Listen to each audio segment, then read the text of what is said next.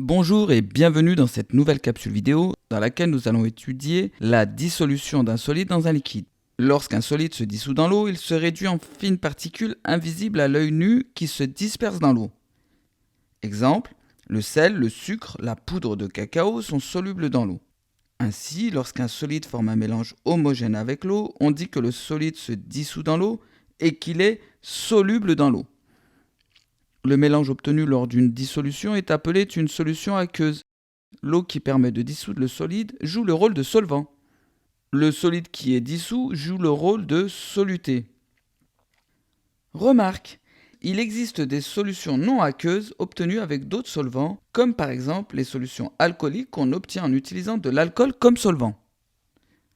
Attention, les solides qui se dissolvent dans l'eau ne changent pas d'état. Ils ne deviennent pas liquides, mais se morcellent seulement en particules trop petites pour être vues à l'œil nu.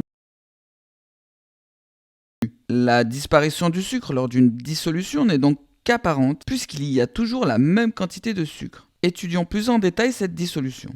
Étant donné que le sucre ne disparaît pas vraiment, il conserve la masse qu'il avait avant la dissolution. Ainsi, si l'on dissout 10 g de sucre dans 200 g d'eau, alors le mélange obtenu aura une masse égale à 200 plus 10, soit 210 g.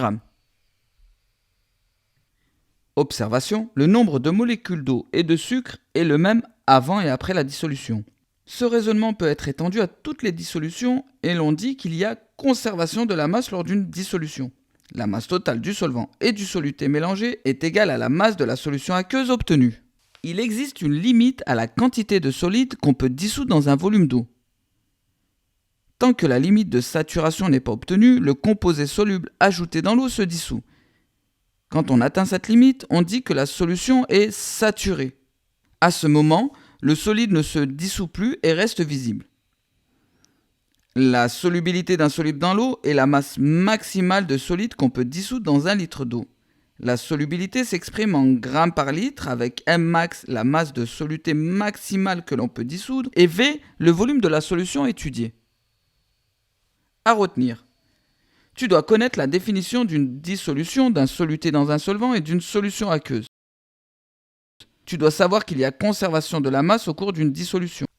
Tu dois savoir utiliser la conservation de la masse pour déterminer ou prévoir une masse. Tu dois savoir que si on dissout trop de soluté, la solution devient saturée. Tu dois connaître la définition de la solubilité d'un solide dans l'eau et son unité. Tu dois savoir que la solubilité dépend de la nature du solvant et de la température. Tu dois être capable d'estimer expérimentalement une valeur de solubilité dans l'eau. C'est tout pour aujourd'hui, j'espère que tu as trouvé cette vidéo utile. Je t'invite à t'entraîner sur les modules de l'application.